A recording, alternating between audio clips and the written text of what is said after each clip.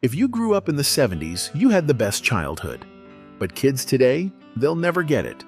No seatbelts in the back of a station wagon, Saturday morning cartoons, and recording your favorite songs off the radio onto a cassette tape. Let's rewind and relive the magic of the 70s. The good old days, before seatbelt laws and safety regulations ruined all the fun. If your family had a station wagon in the 70s, chances are you spent half your childhood bouncing around in the back with no seatbelt, no worries, and definitely no personal space. Bonus points if your wagon had that magical rear-facing flip-up seat, where you and your siblings could make faces at the drivers behind you. No tablets, no phones, just pure, unfiltered road trip chaos. And somehow, we all survived. Back in the 70s, if your school books didn't have a custom-made brown paper cover, were you even trying? We weren't about to let those textbooks get all beat up. So we grabbed a paper grocery bag, folded it just right, and boom, instant book cover. But the best part? Decorating it. Doodling your name in bubble letters, drawing Led Zeppelin logos, or covering it in stickers from your favorite band. By the end of the year, that book cover had more personality than the actual textbook inside.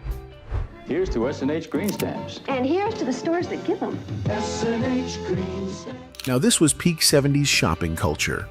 Your mom probably had a whole drawer stuffed with these little green stamps, and if you were lucky, you got to help lick them and stick them into the redemption book. It was like collecting baseball cards, but instead of trading for Mickey Mantle, you were saving up for a new toaster or a set of drinking glasses. And when you finally had enough stamps to cash in, pure victory. Kids today will never know the thrill of flipping through that catalog, dreaming about what you could buy for free. Could already be there? Honey, are you okay? I'm right here. I'm fine. Before cell phones and unlimited plans, making a simple phone call was basically a group activity. If you lived in a small town, chances are you had a party line, which meant sharing a phone line with your neighbors. You'd pick up the receiver only to hear Mrs. Johnson down the street already gossiping for the last hour. And even if you had a private line, that 15-foot curly cord was a lifesaver. You could stretch it halfway across the house for some privacy, until your mom yanked it back because she needed to make a call.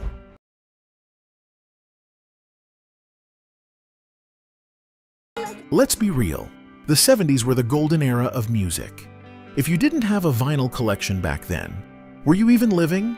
Whether you were blasting the Bee Gees, dancing to Stayin' Alive, or rocking out to Led Zeppelin, the music of the 70s had a vibe that you can't match.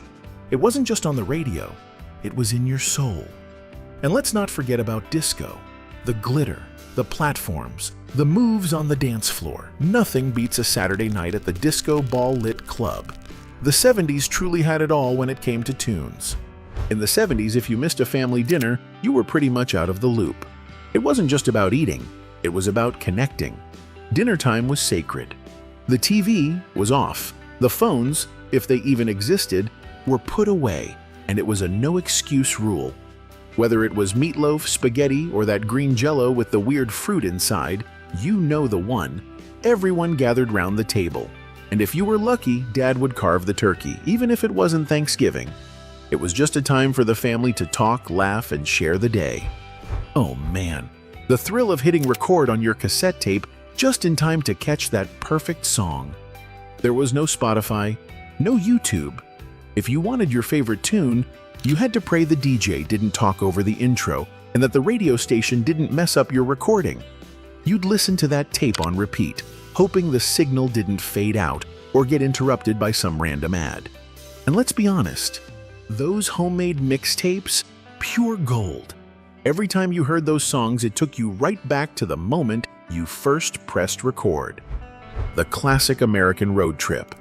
Before GPS, Waze, and smartphones, there were maps.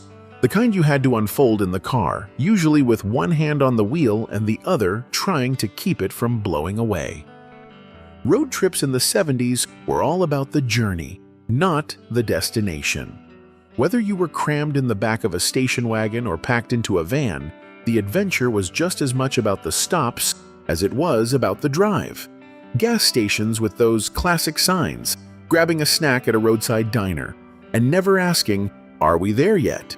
Oh, and don't forget those magical moments when the whole family sang along to the radio, usually to the same 5 songs over and over.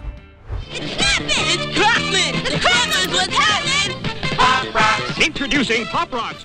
Let's talk about the candy and soda that ruled the 70s. Those were the days when a trip to the corner store felt like stepping into a candy wonderland.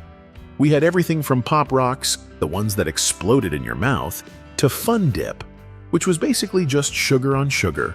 And don't even get me started on candy cigarettes. They were basically a rite of passage for every 70s kid, even if they didn't have a single ounce of nicotine in them. As for soda, Tab was the go-to diet drink, but the true classic was a Coca-Cola in those glass bottles. Something about that taste just hit different. In the 70s, being outside wasn't just an option, it was a lifestyle.